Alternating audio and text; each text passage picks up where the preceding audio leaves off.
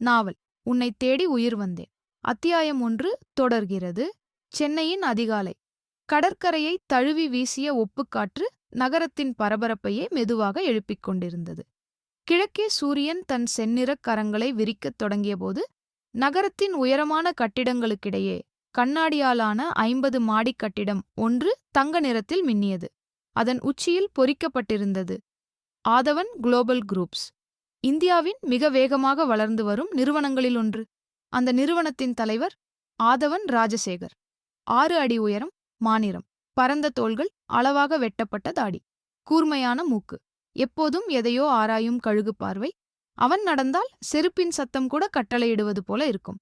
அவன் பேசினால் அறையில் இருந்தவர்கள் அமைதியாகி விடுவார்கள். சிரிப்பு, அது அவனுடைய வாழ்க்கையில் மிகவும் அரிதான ஒன்று. ஏனெனில் பணம், புகழ், அதிகாரம் எல்லாமே இருந்தது. ஆனால் நிம்மதி மட்டும் இல்லை. Good morning sir. நிறுவன ஊழியர்கள் அனைவரும் எழுந்து நின்றனர். ஆதவன் யாரையும் பார்க்கவில்லை. தலையை மட்டும் லேசாக ஆட்டிவிட்டு நேராக லிப்டுக்குள் சென்றான். அவன் உள்ளே சென்றதும் அங்கே இருந்த பெண் ஊழியர்கள் ஒருவரை ஒருவர் பார்த்து சிரித்தனர். ஐயோ, இந்த CEO ஒரு நாளாவது சிரிப்பாரா? அவரு சிரிச்சா உலகமே முடிஞ்சிடும்னு சொல்றாங்க. அதுக்குள்ள நான் ரிட்டையர் ஆயிடுவேன். அவர்கள் சிரித்தனர். ஆனால் அந்த சிரிப்பை உடைத்து ஒரு பெண் வேகமாக ஓடி வந்தாள். சார், மீட்டிங்க்கு ஃபாரின் கிளைண்ட்ஸ் வந்துட்டாங்க. ஆதவன் திரும்பி பார்த்தான். ஒரே பார்வை. அவள் அப்படியே அமைதியாகிவிட்டாள். 5 மினிட்ஸ், அவ்வளவுதான். அவன் மீண்டும் நடந்தான். அதே நேரம் சென்னையிலிருந்து 200 கிலோமீட்டர் தொலைவில் திருவண்ணாமலை மாவட்டத்தின் ஒரு சிறிய கிராமம். அந்த கிராமத்தில் அதிகாலை 5 மணிக்கே சுறுசுறுப்பாக இருந்த ஒரே வீடு, நிலாவின் வீடு. நிலா, எழுந்திருடி என்று பாட்டி கூப்பிட்டார். இன்னும் 5 நிமிஷம் பாட்டி. போர்வைக்குள் இருந்து குரல் வந்தது. அந்த 5 நிமிஷம்தான் உனக்கு 1 மணி நேரம். பாட்டி, சூரியனே இன்னும் முழுசா எழுந்திருக்க மாட்டான். ஆனா கோழி 3 தடவை கூவிருச்சு. அதுக்கு நான் என்ன பண்ண? கல்யாணமான பிறகு இப்படித்தான் தூங்கப் போறியா? அந்த வார்த்தை கேட்டவுடன் போர்வைக்குள் இருந்தவள் மின்னல் வேகத்தில் எழுந்து அமர்ந்தாள். பாட்டி, காலையிலேயே கல்யாணம் பேசுறீங்களே, அப்புறம் எப்ப பேசுறது? பாட்டி சிரித்தார். அப்போது அந்த அறையிலிருந்து வெளியே வந்தாள் நிலா. மாநிறத்தோல், நீண்ட கருங்கூந்தல், சிரித்தால் கன்னத்தில் விழும் குழி, கஜல் பூசியது போல இயற்கையாக ஆழமான கண்கள், எந்த ஒப்பனையும் இல்லாமல் ஒளிரும் முகம். அவள் நடந்தாள். காற்று கூட அவளது கூந்தலைத் தொட்டுவிட்டு செல்ல ஆசைப்படும். பாட்டி, இன்றுக்கு என்ன டிபன்? இட்லி. மீண்டும்? நேத்து தோசை. நாளைக்கு உப்புமா. இந்த வீட்ல மெனு சேஞ்ச் ஆகாதா? பாட்டி சிரித்தார். கல்யாணம் பண்ணிக்கோ. உன் புருஷன் தினமும் பிட்சா செஞ்சு தருவான். அதுக்கு முன்னாடி அவன் உயிரோட இருக்கணுமே.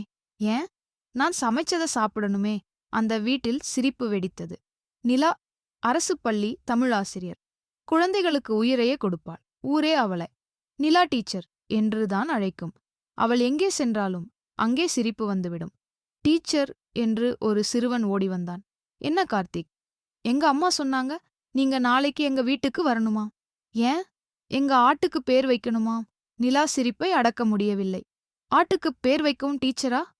ஆமாம், நீங்க வச்சா லக்கியாம். அதே நேரத்தில் சென்னையில் ஆதவன் தனது மீட்டிங் முடித்துவிட்டு வெளியே வந்தான். அவன் மொபைல் ஒலித்தது. திரையில் யாழினி காலிங். அவன் முகத்தில் முதல் முறையாக ஒரு சிறிய புன்னகை தோன்றியது. சொல்லுடா வாலு. அண்ணா, நீ இன்னும் ஆபீஸ்லயா? ஆமாம். இன்னைக்கு வீட்டுக்கு சீக்கிரம் வா. ஏன்? ஒரு பொண்ணு பார்க்க வராங்க. ஆதவன் நின்ற இடத்திலேயே உறைந்தான். என்ன, உனக்கு இல்ல என்று சிரித்தாள் யாழினி. எனக்குத்தான்.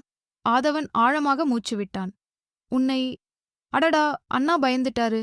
யாழினி ஆதவனின் தங்கை. அவன் உயிர். வீட்டின் கலகலப்பு. அண்ணனை கிண்டல் செய்வதே அவளது முழுநேர வேலை. அண்ணா, நீ கல்யாணம் பண்ணிக்கிற நாளை பார்க்கணும்னு எனக்கு ரொம்ப ஆசை. அது நடக்காது. ஏன்? என்னை யாராலும் சகிச்சுக்க முடியாது. அப்படின்னா உன்னை லவ் பண்ற பொண்ணு பிறக்கவே இல்லையா? ஆதவன் சில நொடிகள் அமைதியாக இருந்தான். ஜன்னல் வழியே வானத்தை பார்த்தான். மனதிற்குள் சொல்லிக் கொண்டான். இல்ல, எங்கோ ஒருத்தி இருக்கிறாள். ஆனா இன்னும் என் வாழ்க்கைக்குள் வரவில்லை. அவனுக்குத் தெரியவில்லை. அதே நேரத்தில் தொலைவில் ஒரு சிறிய கிராமத்தில் ஒரு பெண்ணும் அதே வானத்தை பார்த்து கொண்டிருந்தாள். அதிகாலை சூரியன் முழுமையாக உதயமாகாத நேரம். கிராமத்தின் நெற்பயிர்கள் மீது பனித்துளிகள் இன்னும் முத்துக்களாய் ஒட்டியிருந்தன. காற்று மெதுவாக வீசியது. அந்த காற்றோடு கலந்து அருகிலிருந்த சிவன் கோவிலின் மணி ஓசை கிராமம் முழுவதும் பரவியது. ஓம் நம சிவாய என்ற பக்தி பாடல் ஒலித்துக் கொண்டிருந்தது. நிலா வீட்டின் முன் துளசி மாடத்திற்கு தண்ணீர் ஊற்றி கைகளை கூப்பினாள். எல்லாரும் சந்தோஷமா இருக்கணும். எனக்கு பெரிய ஆசை எதுவும் இல்லை. என் பாட்டி மட்டும் நீண்ட நாள் நல்லா இருக்கணும் என்று கண்களை மூடி வேண்டிக் கொண்டாள். அவள் கண்களைத் திறந்தபோது வாசலில் ஏற்கனவே 3 சிறுவர்கள் பள்ளிப்பையை தூக்கிக் கொண்டு நின்று கொண்டிருந்தனர். டீச்சர், என்னடா இவ்வளவு சீக்கிரம்? நீங்க கூட ஸ்கூலுக்கு நடந்தே வரணும். நிலா சிரித்தாள். அவ்வளவு பாசமா? ஒரு சிறுவன் குறும்பாகச் சொன்னான். இல்ல டீச்சர், நீங்க வரும்போது வழியில கொய்யாப்பழம் பறிச்சுத் தருவீங்களே. அவள் அவன் தலையில் மெதுவாக குட்டினாள். போக்கிரி. அதே நேரம் சென்னை. ஆதவன் தனது அலுவலகத்தின் 42வது மாடியில் இருந்த தனி அறையில் நின்று நகரத்தை பார்த்துக் கொண்டிருந்தான். அவனுடைய செயலாளர் உள்ளே வந்தாள். Sir, today's schedule. அவன் திரும்பி பார்க்கவில்லை. சொல்லுங்க. 11 investors meeting, 1 press conference, 4 Bangalore video conference. Evening? அவள் சிறிது தயங்கினாள். Evening? Your father wants you to come home. Reason? Family discussion. Aadhavan சிரித்தான். அதாவது திருமண பேச்சு. செயலாளர் சிரிப்பை அடக்கிக் கொண்டாள். அந்த நேரத்தில் ஆதவனின் அலைபேசி மீண்டும் ஒலித்தது. யாழினி. ஹலோ அண்ணா, நான் உன் ஆஃபீஸுக்கு வந்துட்டேன். எதுக்கு? உன்னை கடத்த. யாழி, வெளியே வா. 10 நிமிடங்கள் கழித்து நிறுவனத்தின் முன்புறம் ஒரு சிவப்பு நிற ஸ்கூட்டியில் ஹெல்மெட்டை தலைகீழாக போட்டுக்கொண்டு யாழினி நின்றிருந்தாள். அண்ணா. ஆதவன் நெற்றியை பிடித்துக் கொண்டான். அது ஹெல்மெட் போடுற முறையில்ல. ஃபேஷன். யாரு சொன்னது? நானே. அருகில் நின்றிருந்த பாதுகாப்பு காவலர்கள் சிரிப்பை அடக்க முடியாமல் திரும்பிக் கொண்டனர். என்ன சிரிப்பு என்று யாழினி கேட்டாள். என் அண்ணன் மட்டும் சீரியஸ் ஹீரோ, நான் காமெடி பீஸ். ஆதவன் காரின் கதவை திறந்தான். உள்ள ஏறு. BMW போறதுக்கு முன்னாடி ஒரு ஐஸ்கிரீம் வாங்கிக்கிடு. காலை 10 மணிக்கு. டைமுக்கு ஐஸ்கிரீம் சாப்பிடுறவங்க ஆர்டினரி. என்னை மாதிரி எக்ஸ்ட்ரா ஆர்டினரி பீப்புளுக்கு டைம் கிடையாது. ஆதவன் தலையசைத்தான். நீ திருந்த மாட்ட. நீ கல்யாணம் பண்ணிக்கிட்டா நான் திருந்திடுவேன். அது நடக்காது. ஏன்? என்ன புரிஞ்சுக்கிற பெண் கிடைக்க மாட்டா. யாழினி ஒரு கணம் அமைதியாக அவனை பார்த்தாள். கிடைப்பா அண்ணா. எப்ப? நீ தேடாத இடத்துல. அந்த வார்த்தை ஏனோ ஆதவனின் மனதில் பதிந்துவிட்டது. மறுபக்கம் நிலா பள்ளிக்குச் சென்றிருந்தாள். அவள் வகுப்பறைக்குள் நுழைந்ததும் 30 குழந்தைகளும் ஒரே குரலில் எழுந்து நின்றனர். வணக்கம் டீச்சர். வணக்கம். இன்று யாருக்கு பர்த்டே? ஒரு சிறுமி எழுந்தாள். எனக்கு டீச்சர். பேர்? அனிதா. வா. அவளை அழைத்து பக்கத்தில் நிறுத்தினாள். பள்ளியில் கேக் இல்லை, சாக்லேட் இல்லை. ஆனால் நிலா அருகிலிருந்த செம்பருத்திப் பூவை பறித்து அவள் தலைமுடியில் வைத்தாள். இதுதான் இன்றைக்கு உன் கிரவுன். அந்தச் சிறுமியின் கண்கள் மகிழ்ச்சியில் மின்னின. வகுப்பு முடிந்ததும் ஒரு மாணவன் அழுது கொண்டே வந்தான். டீச்சர். என்னடா? எங்க அப்பா என்னை இனிமே ஸ்கூலுக்கு அனுப்ப மாட்டாராம். ஏன்? வயலுக்கு கூட்டிட்டு போறாராம். நிலாவின் முகம் மாறியது. இன்று மாலை நான் உங்க வீட்டுக்கு வர்றேன். அவள் ஆசிரியர் மட்டுமல்ல, பல குழந்தைகளுக்கு அம்மாவும் கூட. அதே நேரம் சென்னையில் ஆதவனின் தந்தை ராஜசேகர் தனது அறையில் பழைய புகைப்படங்களை பார்த்துக் கொண்டிருந்தார். அதில் சிறுவயது ஆதவன். அருகில் அவனுடைய தாய். மற்றொரு புகைப்படம். ஆதவன் சிரித்துக் கொண்டிருந்தான். அந்த சிரிப்பு இப்போது காணாமல் போயிருந்தது. இவன் வாழ்க்கையில சிரிப்பு திரும்ப வரணும் என்று பெருமூச்சு விட்டார். அந்த நேரத்தில் வாசலில் நின்றிருந்த யாழினி மெதுவாகச் சொன்னாள். அப்பா, அண்ணன் வாழ்க்கையில யாரோ வரப்போறாங்க. உனக்கு எப்படி தெரியும்? நேத்து நான் கனவு கண்டேன். என்ன கனவு? ஒரு கிராமத்து பொண்ணு அண்ணனை பார்த்து உங்களுக்கு சிரிக்கத் தெரியுமா?ன்னு கேக்குறா. ராஜசேகர் சிரித்தார். அப்புறம் அண்ணன் முதல் தடவையா சிரிக்கிறான். அதே நேரம் பல கிலோமீட்டர்கள் தள்ளி நிலா ஒரு சிறுமியின் வீட்டிற்குச் சென்று அவளது தந்தையிடம் பேசிக் கொண்டிருந்தாள். அண்ணா, படிக்க விடுங்க. இந்த பொண்ணு நாளைக்கு பெரிய ஆபீசரா வருவா. அந்த மனிதர் அமைதியாக தலைகுனிந்தார். சரி டீச்சர், நாளையும் ஸ்கூலுக்கு அனுப்புறேன். அந்தச் சிறுமி ஓடி வந்து நிலாவை கட்டிப்பிடித்தாள். அவளது கண்களில் கண்ணீர். நிலாவின் கண்களிலும் கண்ணீர். ஆனால் அந்தக் கண்ணீரில் தோல்வியில்லை, ஒரு வெற்றி இருந்தது. மாலை 4 மணி. கிராமத்தின் மீது மெல்ல சூரியன் தன் செம்மஞ்சள் நிறத்தை பூசிக்கொண்டிருந்தான். பள்ளி மணி ஒலித்தது. டான் டான். குழந்தைகள் பறவைகள் கூட்டம் போல வகுப்பறையிலிருந்து வெளியே ஓடினர். பை டீச்சர், நாளைக்கு பார்க்கலாம்.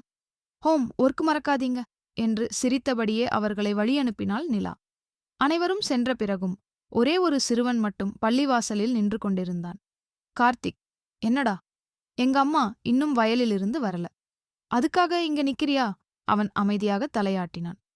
வா. அவனது கையை பிடித்துக்கொண்டு பள்ளி வளாகத்தின் வெளியே இருந்த ஆலமரத்தடியில் அமர்ந்தாள். பசிக்குதா? ம். தன் பையிலிருந்த எலுமிச்சை சாதத்தை எடுத்தாள். இத சாப்பிடு. நீங்க? நான் வீட்டுக்குப் போய் சாப்பிடுறேன். பொய்? ஏன்? நீங்க சாப்பிடாம எனக்கு கொடுக்கறீங்க. நிலா சிரித்தாள். டீச்சருக்கு பொய் சொல்லத் தெரியாது. சிறுவன் சிரித்தான். அந்தச் சிரிப்பை பார்த்தவள் அவனுடைய தலைமுடியை கலைத்து விட்டாள். அதே நேரத்தில் சென்னை ஆதவனின் வீட்டில் யாழினி ஹாலில் இருந்த அனைவரையும் ஒன்று சேர்த்திருந்தாள். Attention please. என்னம்மா என்று ராஜசேகர் கேட்டார். இந்த வீட்ல ஒரு பெரிய பிரச்சனை. என்ன? அண்ணனுக்கு 29 வயசு. அதனால் இன்னும் காதலே வரல. வீட்டிலிருந்த அனைவரும் சிரித்தனர். ஆதவன் படிக்கட்டிலிருந்து இறங்கி வந்தான். மீண்டும் ஆரம்பிச்சிட்டியா? அண்ணா, உன்னால ஒரு பொண்ணு கூட இம்ப்ரெஸ் ஆகலையா? தேவையில்ல. ஏன்? என் வாழ்க்கை பிஸி. சரி. யாழினி சிரித்தாள். ஒரு நாள் நீயே ஒரு பொண்ணுக்குப் பின்னாடி சுத்துவ. ஆதவன் புருவத்தை உயர்த்தினான். இம்பாசிபிள். அதை டைம் சொல்லும். அந்த இரவு ஆதவனின் அலுவலகத்தில் அவசர கூட்டம். ஒரு புதிய கல்வித் திட்டம். தமிழகத்தின் கிராமப்புற அரசு பள்ளிகளுக்கு டிஜிட்டல் வசதிகள் செய்து கொடுக்கும் CSR திட்டம். பிரசன்டேஷன் முடிந்ததும் ஒரு அதிகாரி சொன்னார், சார், முதல் ப்ராஜெக்ட் திருவண்ணாமலை மாவட்டத்துல. ஓகே, நாளைக்கு சைட் விசிட். நான் வரணுமா? மீடியா கவரேஜ் இருக்கு சார். ஆதவன் ஒரு நொடி யோசித்தான். ஃபைன். அவனுக்குத் தெரியவில்லை அதே பள்ளியில்தான் நிலா ஆசிரியையாக பணியாற்றுகிறாள் என்று. மறுநாள் காலை கிராமமே திருவிழா கோலம் பூண்டிருந்தது. கோவிலில் ஆண்டு உற்சவம். வீதியெங்கும் தோரணங்கள், மல்லிகைப்பூ வாசனை, நாதஸ்வரம், தவில், சர்க்கரை மிட்டாய், பஞ்சு மிட்டாய், குழந்தைகளின் சிரிப்பு, எங்கும் கொண்டாட்டம். நிலா சேலை கட்டிக்கொண்டு வெளியே வந்தாள். இன்று அவள் அணிந்திருந்தது மஞ்சள் நிற காட்டன் சேலை, பச்சை நிற ஜாக்கெட், கூந்தல் முழுவதும் மல்லிகைப்பூ, நெற்றியில் சிறிய குங்குமப் பொட்டு. அவளைப் பார்த்த பாட்டி ஒரு கணம் கண்களை எடுக்கவே முடியவில்லை. கண்ணே, என்ன பாட்டி? உன்னைப் பார்த்தா என்ன கல்யாணப் பொண்ணு மாதிரி இருக்கே. பாட்டி வெட்கத்தில் முகம் சிவந்தது. அதே நேரத்தில் ஆதவனின் BMW கார் கிராம எல்லைக்குள் நுழைந்தது. கிராமத்துக் குழந்தைகள் அவ்வளவு பெரிய காரை பார்த்ததே இல்லை. டேய், சினிமா கார் என்று ஓடினார்கள். யாழினியும் வந்திருந்தாள். வாவ் அண்ணா, என்ன? இந்த ஊரே சூப்பர். கார் பள்ளிக்குச் சென்றது. பள்ளி தலைமையாசிரியர் வரவேற்றார். வாங்க சார். குழந்தைகள் கைத்தட்டினார்கள். ஆதவன் மேடைக்கு நடந்தான். அவனது பார்வை அங்கே நின்றிருந்த ஆசிரியர்களின் மீது விழுந்தது. ஒருவர், இருவர், மூவர். ஆனால் கடைசியாக நின்றிருந்த ஒரு பெண்ணின் மீது அவனது பார்வை நின்றுவிட்டது. மஞ்சள் சேலை, மல்லிகைப்பூ, மெல்லிய சிரிப்பு. குழந்தைகளோடு பேசிக் கொண்டிருந்தாள். அவள் சிரிக்கும்போது கண்களும் சிரித்தன. அந்த நொடி ஆதவனுக்குள் ஏதோ புதிதாக நடந்தது. யார் அவங்க என்று தெரியாமலேயே கேட்டுவிட்டான். தலைமையாசிரியர் சிரித்தார். அவங்கத்தான் நிலா, தமிழாசிரியர். அதே நேரத்தில் நிலாவும் திரும்பிப் பார்த்தாள். முதல் முறையாக அவள் கண்கள் ஆதவனின் கண்களைச் சந்தித்தன. ஒரே ஒரு நொடி இருவரும் பேசவில்லை. ஆனால் ஏதோ ஒன்று இரு இதயங்களுக்கிடையே அமைதியாகப் பயணித்தது.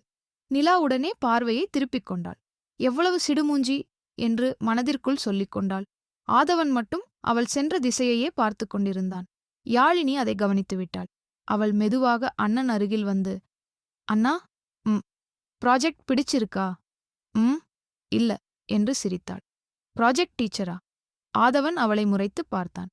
யாழி, சரி சரி என்று சிரித்தபடியே ஓடிவிட்டாள். ஆனால் விதி இப்போதுதான் அவர்களின் வாழ்க்கையின் முதல் பக்கத்தை திறந்திருந்தது. காலை நிகழ்ச்சி முடிந்ததும் பள்ளி வளாகம் மீண்டும் இயல்பு நிலைக்கு திரும்பியது. மாணவர்கள் வகுப்பறைக்குள் சென்றனர். ஆசிரியர்கள் தங்களது அலுவலகத்திற்குச் சென்றனர்.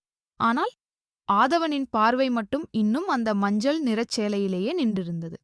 சார், தலைமையாசிரியர் அழைத்தபோதுதான் அவன் சுயநினைவுக்கு வந்தான். நம்ம பள்ளிய முழுசா சுற்றிப் பார்ப்போமா? அவர்கள் ஒவ்வொரு வகுப்பறையையும் பார்வையிட்டனர். குழந்தைகள் புதிய கணினிகளைப் பார்த்து மகிழ்ச்சியில் துள்ளிக் குதித்தனர். Thank you sir. ரொம்ப நன்றி சார். ஆதவன் தலையசைத்தான். ஆனால் அவனது மனம் வேறு எங்கோ இருந்தது. அதே நேரம் நிலா 2ஆம் வகுப்பு குழந்தைகளுக்கு பாடம் நடத்திக் கொண்டிருந்தாள். குழந்தைகளா, இன்று ஒரு கதை சொல்லட்டுமா? சொல்லுங்க டீச்சர். ஒரு சிங்கம் இருந்துச்சு. அதுக்கு என்ன ஆச்சு? அது ரொம்ப கோபக்காரன். குழந்தைகள் சிரித்தனர். ஒரு நாள் ஒரு முயல் வந்துச்சு. அப்புறம் அது சிங்கத்துக்குச் சொன்னுச்சு, என்ன, எப்பவுமே கோபமா இருந்தா யாருக்கும் பிடிக்காது. முழு வகுப்பும் சிரித்தது.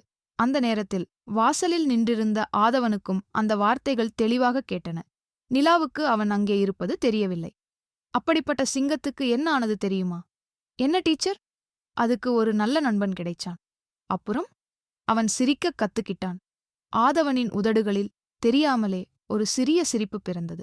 அதைப் பார்த்த யாழினி அதிர்ச்சியில் வாயைப் பிளந்தாள். ஐயோ, அண்ணன் சிரிச்சிட்டானே! நிகழ்ச்சி முடிந்ததும் நிலா வெளியே வந்தாள். கையில் புத்தகங்கள். அவசரமாக நடந்து வந்ததால் எதிரே நின்றிருந்த ஆதவனின் மீது மோதிவிட்டாள். புத்தகங்கள் கீழே சிதறின. சாரி என்று சொல்லிவிட்டு குனிந்தாள். ஆதவனும் புத்தகங்களை எடுக்க குனிந்தான். இருவரின் கைகளும் ஒரே புத்தகத்தின் மீது ஒன்றாகத் தொட்டன. ஒரு நொடி இருவரும் ஒருவரை ஒருவர் பார்த்தனர். நன்றி என்று புத்தகத்தை வாங்கிக் கொண்டாள் நிலா. ஆதவன் அமைதியாக நின்றான். ஒரு நிமிஷம் நிலா திரும்பினாள். என்ன?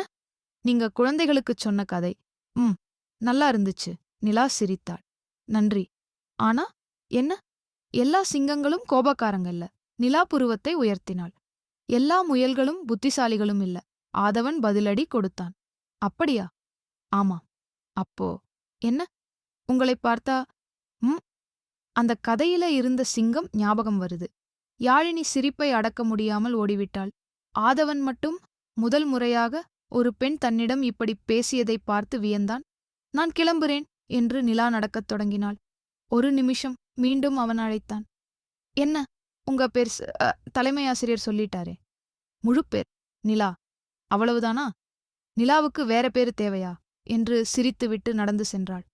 அண்ணா, யாழினி மெதுவாக கேட்டாள். என்ன? அவங்க உங்களை பயப்படவே இல்ல. ஆதவன் அவள் சென்ற பாதையையே பார்த்துக் கொண்டிருந்தான். அதுதான். என்ன வித்தியாசம்? மாலை. திருவிழா ஆரம்பமாகியது. கோவிலில் ஆயிரக்கணக்கான மக்கள். தேர் அலங்காரம், நாதஸ்வரம், தவில், குழந்தைகள் ஓட்டம்.